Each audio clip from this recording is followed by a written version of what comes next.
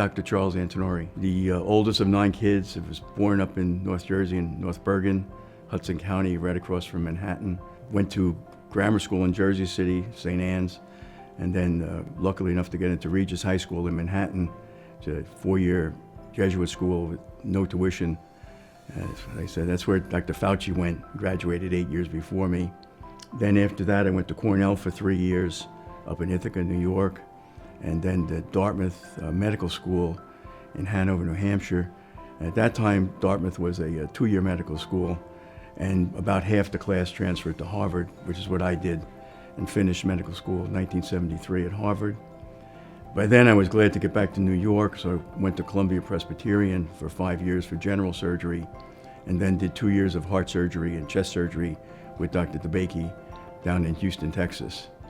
And after that, I wanted to get back to New Jersey again, and I ended up coming up here and started my first job at Cooper, and worked at Cooper for Cooper, Lady of Lourdes, and Virtua for 23 years.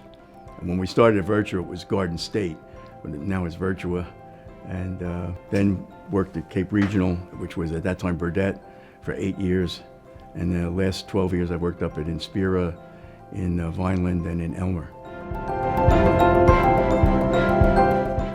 Basically, just over the years, it just kind of always wanted to write down all the interesting experiences I had, all the good, the bad, the ugly, the funny experiences.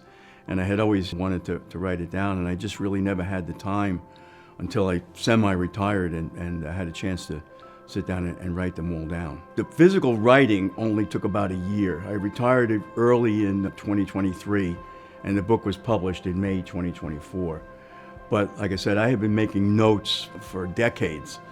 I had gotten Alessa, my daughter was supposed to be my mentor and badger me to write we started that like 7 or 8 years ago, but really didn't get very far. Then she had her children and stopped mentoring me. It really wasn't until I retired that I started writing, but I had notes that I worked from and just sort of started with a note and then sort of wrote the story around the notes and then added it all together and edited it, et cetera, and eventually it was the book. Well, actually, I read a book on how to write a book about 8 or 10 years ago. And we went through a lot of things telling you not to be discouraged and you should write the book and this and that. And they gave you all the reasons why it's a good idea to write the book. And then in terms of advice, it said, have somebody be your monitor, your mentor, your muse. And so I had my daughter Alessa badgering me essentially to write. But I was still working 60, 70 hours a week at that time, so I really got very little done.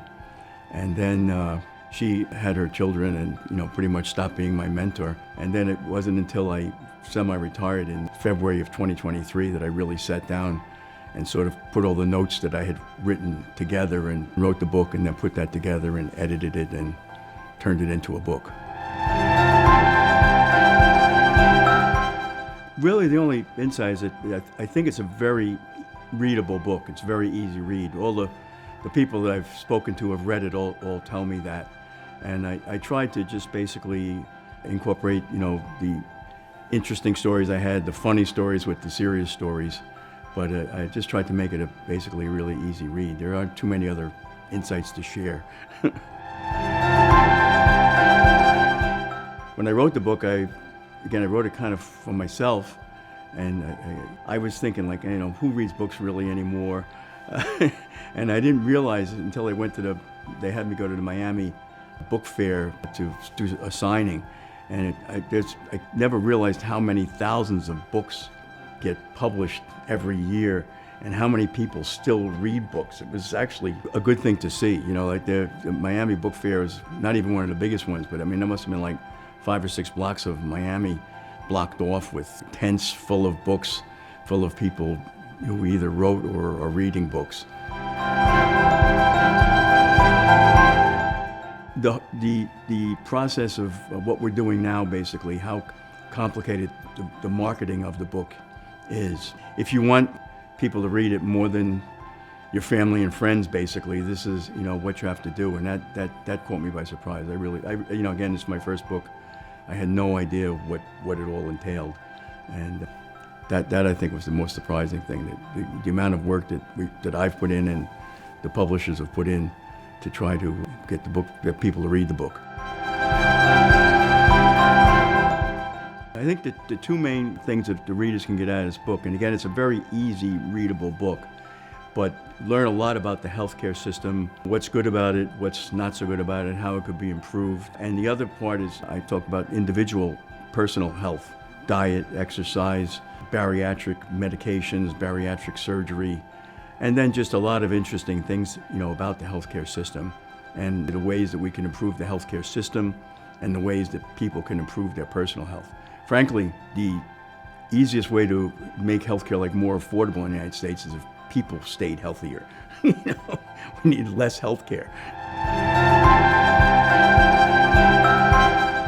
When I wrote the book, my goal was basically just to recount my experiences, which I thought were interesting, and to over 50 years basically to share them with people and give them a better knowledge of how the healthcare system works, and again, share the funny stories that occurred during that time, and then just try to make people healthier, which is simple. As I say in the book, all you have to do is do less. Eat less, drink less, smoke less, take fewer drugs.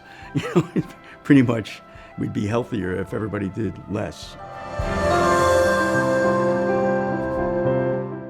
You can get the book through Ewing's publishing company, who is publishing the book, but also it's very easy to get it online just through Amazon or Barnes & Noble. Just look up Charles Antinori, Make America Healthy Again, and you'll find it.